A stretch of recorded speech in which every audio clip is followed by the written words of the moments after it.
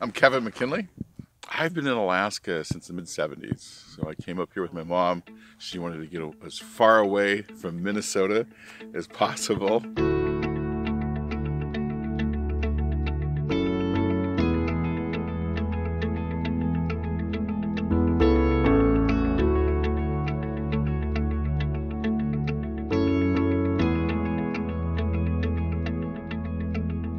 We lived in a little town called Purim, Minnesota. It was a little fishing town, and we went from there to Kotzebue, Alaska. My mother was very big into the idea of adventure, and so everything that she looked at this was an adventure. And so she says, we're moving to Alaska, and I thought, oh, How old I were thought you? we were, oh gosh, I think I was in my early teens.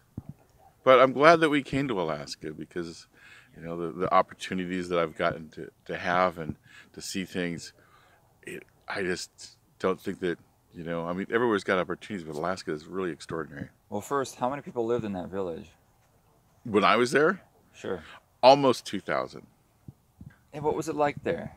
Well, you got to remember it's a native village, and so there were very few Caucasians, and I would consider myself kind of a minority there. And so it was a very interesting outlook, you know, when you looked at things and how a different culture lived and survived and taught. And What got your mom there? she, like a lot of people, she met a guy, and he was a builder, and he went up there to custom build somebody's home. But one project always builds into more. So as you're building this home and people walk by and they're like, wow, you're doing a really good job of that. Could you build my home? And so Getting things into a place like that, I mean, those are the immediate questions people are going to have. How do you get supplies? There's no road to it, I plane. assume. It's all plain. yeah, Barge? well, barges too. Barge is the big one. And Yep. to build a house, and you need lumber and just all kinds of things. Copper and faucets and bathtubs Yeah, and showers yeah. and It all has to just come in it's a by lot of plane, all logistics. special ordered, all I'm sure quite Right. expensive because of the additional shipping. The cost does go up, but also the big part of it is planning. You were from a small town, but I also grew up in a small town in Minnesota, Black Duck, Okay. near Bemidji. Bemidji. Yeah, so Yep. I grew up in a very small town in Minnesota. So a lot of people would assume that's already the middle of nowhere. Yet we Right. had Target, and we had car dealerships, and we had some cable, actually not at our house, but then we had DirecTV or whatever, right? Right. So we had the things that connected us to mainstream society in the U.S. But there, you don't. Right. And Although, you knew yeah. life in Purim. You knew life in the lower 48, where you had, Stuff. you know, a department store and things like this. So did you miss it? Were you just like, oh, I want to go back to Minnesota, or I want to go back to civilization, or I want to go back to my friends, maybe? Or I was really lucky because I got off, well, actually, when the plane landed, this is a funny story. The plane is flying in, getting ready to land, and the runways, you know, you can see the coast and then the runway, and the plane's going fast, and it starts slowing down, and you're realizing the plane's not slowing down fast enough, and all of a sudden, the plane overshoots the runway and drops down, and my mother looks over at me and goes, isn't this exciting? She was really genuine. adventurous. Yeah, she took every opportunity that if somebody said, hey, do you want to go see the caribou migration? She says, yeah, let's go see that. Wow. Or do you want to go to a garage sale in some neighborhood? Yeah, I want to go do that. Okay. And she was always ready to get up and go and move. And so when I was a kid, I didn't really watch a lot of television because there was really no time, because I was either playing in the woods because I had a great fort in the trees. You know, Minnesota has lots of lakes, so I was always by the lake. We go to Kotzebue, and so I always found those adventures. And what she meant by the plane overshooting the runway is that you can turn anything into an adventure, and you can turn that into a story.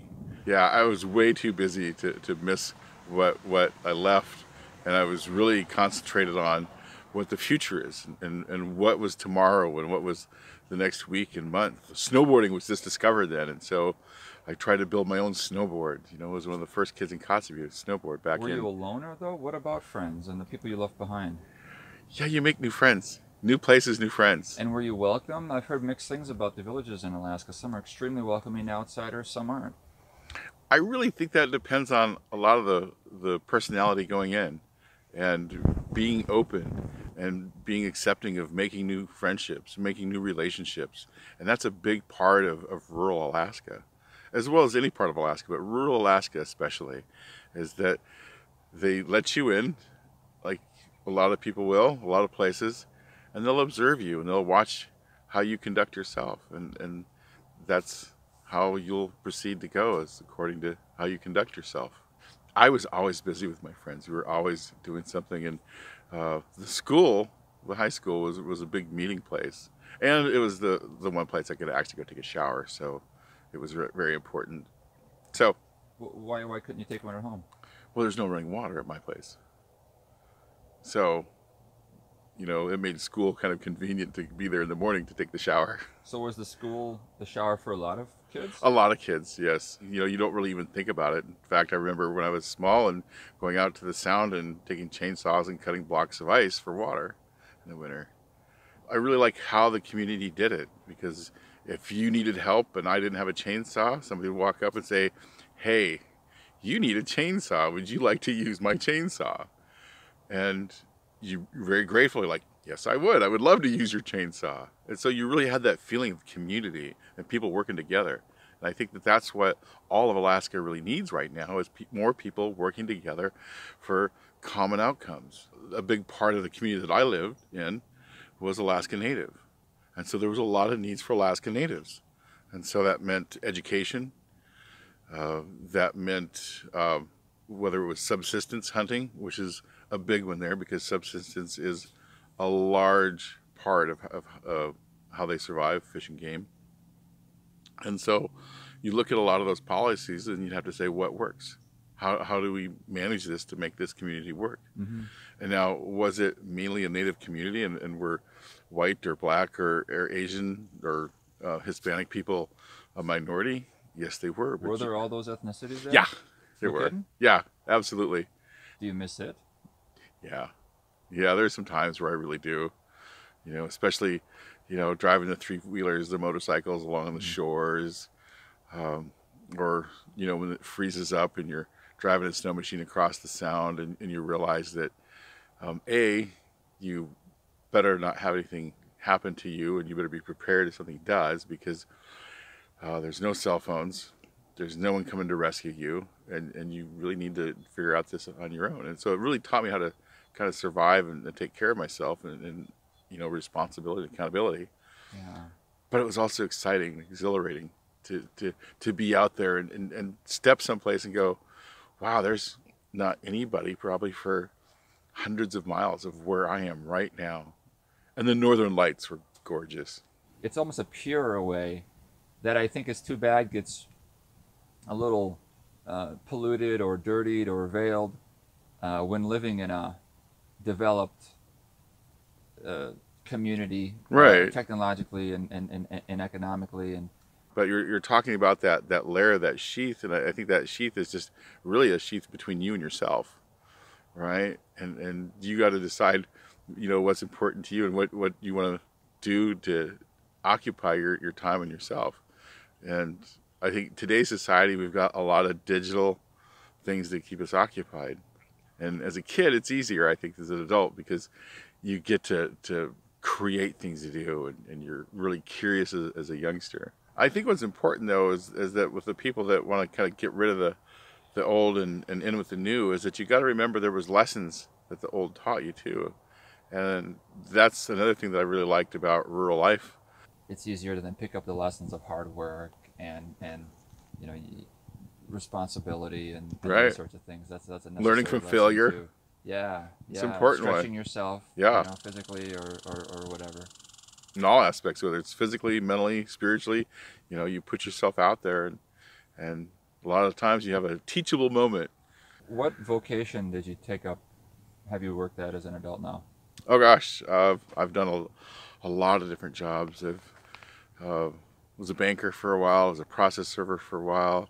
I've owned a few different businesses. Currently, what I own is a company called Body Piercing Unlimited and Tattoo, which is a body art company, Hmm. and I've got locations throughout the state.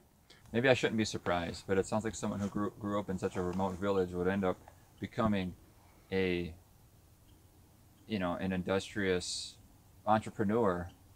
They seem far apart, those two things, but maybe not. Yeah, I disagree with that Yeah, because when you're living in a remote village, you're having to think all the time on how do I make this better, how do I make it work, and right. can I make it work for a lot of other people. Yeah, that makes sense. And I've really learned that from my mother, who was not trying to brag about my mother, but she was the first one in that village to start a hair salon. Hmm.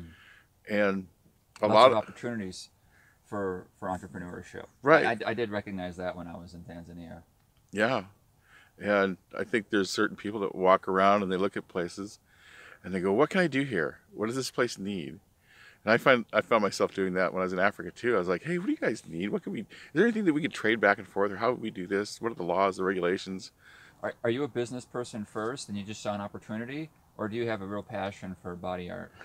I'll admit that it was an opportunity that I just kind of fell into. I was getting ready to get married to a young lady, and somebody told us about this body piercing stuff, and I was kind of like, oh, okay. And my fiance was like, oh my gosh, I want one of those, and there was nobody doing it in Alaska. Hmm. And so her and I decided to go on a trip to the lower 48, and we it was going to be a road trip. We landed in Seattle, drove the 101, which is the coastal highway. It's a beautiful drive, and we have to California. And she says, I bet California has a place that can pierce my navel. I bet they do. I bet they do. Yes. And after trying to find one and then going back to Alaska, and everybody was fascinated on, oh, it was so easy to find on there, and they were asking me, well, can you do this? You saw it done. And I was like, whoa, whoa, whoa, slow down. Hmm. And then after looking at it, I was like, yeah, I can do this. Started out basically working out of a tackle box into multiple locations, literally. Your tackle box is different than most others around here. Yes. Yeah. You probably don't want to take mine fishing. But I bet some Alaskans pierce their ears and they put a little fish hook in their ear. Right? We've seen that. Have you? Yeah, we've I'm seen not that. surprised. Yeah. And how many tattoos are of wildlife? Up here, a lot. Yeah. Yeah. And we see all sorts of wildlife scenes, and it's kind of a niche market up here where we'll see people getting like doll sheep back tattoos. One of the most striking tattoos that I got to see was a king salmon striking a line, right? A baited hook where the king was coming back, like it swam past the lure and then came back to hit it. And the artist did this in such a surreal way. It just was striking that you looked at it and it was like it came off the skin. Mm. And so I think the art community has really changed a lot in body art. I've heard there's a strong art community right here in Fairbanks. There is. Yeah. It's huge. So you're running for office. Yes. What made you? What inspired that decision? It was kind of an involved process. Somebody called me a long time ago and said they're getting ready to regulate your industry, and you should go get involved. And I said, nope, not doing it. And they said, well, you should either get involved or not complain. And I thought about it for a long time, and it bothered me. And I was like, well, should I get involved? Do I need to do something? Should I step up? Should I, And so, when you're going through that, you talk to your friends and family, and they said, well, yeah, go get involved. And all of a sudden, I was running for state house. And during this process, I really have learned there's a lot of things that need to be fixed in the state. And I knew there was. I just didn't realize how much needed to be fixed. Mm. And so my idea of if, when, and how we do this is that whatever we do, it's got to be fair for everybody. And kind of looking at it back when I lived in Kotzebue, when they would create, a policy or something that they needed to do or get done, they really talked about it and made sure that this worked for everybody. Mm-hmm. I'm a Republican candidate. And is that in this part of the state, is that a shoo-in? This state's really changing, because years ago you'd be right that, oh, you're an Alaskan, you're a Republican, this is going to be easy, and that is not the way it is anymore. People are I don't want to say changing their ideas, but they're really looking at how they do want to vote. And Alaska is by far has more independent voters than anything else. And so my district particularly, I would say it's a purple district. And so you really have to listen to everybody. You can't just listen to one side and say, well, you know, what does this district need? Drug use is getting worse, homelessness, crime. Actually, that was the biggest one. So a lot of thefts. I've been hearing that. So my and a lot of relation between the drug problem and the theft problem. Kind of. When someone asks you about that, do you have an answer for that, or do you kind of view it and recognize a underlying cause for all of it? Well, Alaska had a really difficult time, I would say. A couple of years ago, we were coming out of this last legislative session, and there was a bill called SB 91. A lot of it was sentencing reform. Okay. And some people claimed that it was a revolving door. If a person commits a crime, what's the punishment going to be, right? And if the punishment is low enough to where it's worth it to commit the crime in case you get caught, I think that incentivizes crime. And so I think that one of the things that needs to happen is you need to incentivize crime. You know, you got to make it to where if somebody decides to put up a drug house in your neighborhood, that getting caught doing that is going to be rather severe. I think that really to try to stop crime on a big level, you know, you've got to start at home. You know, and I hate to use the cliche, you know, teach your children well. You know, and we all say, well, we do that, but there are those that I don't want to say slip through the cracks, but we need to get to those young people too. We need to reach out, and you are right. We can't just concentrate on the reactionary part, the punishment part of the crime. We've got to look at how do we lower the crime rates. To me, one of the biggest things out there is to provide economic opportunities, and I think that really breaks down a lot of problems that the communities have. And when I say economic opportunities, I mean economic opportunities for everybody. We're pushing an hour here. Oh my gosh! Yeah, so thank you, but it flew by. It was very interesting. There was more than I anticipated, which has been my experience with everyone I've interviewed so far, by the way, in this state. I just knew I was going to interview someone running for office. I had no idea I was going to get a story about growing up in a coastal village. So thank you very much. Oh, absolutely. Thank you. Right.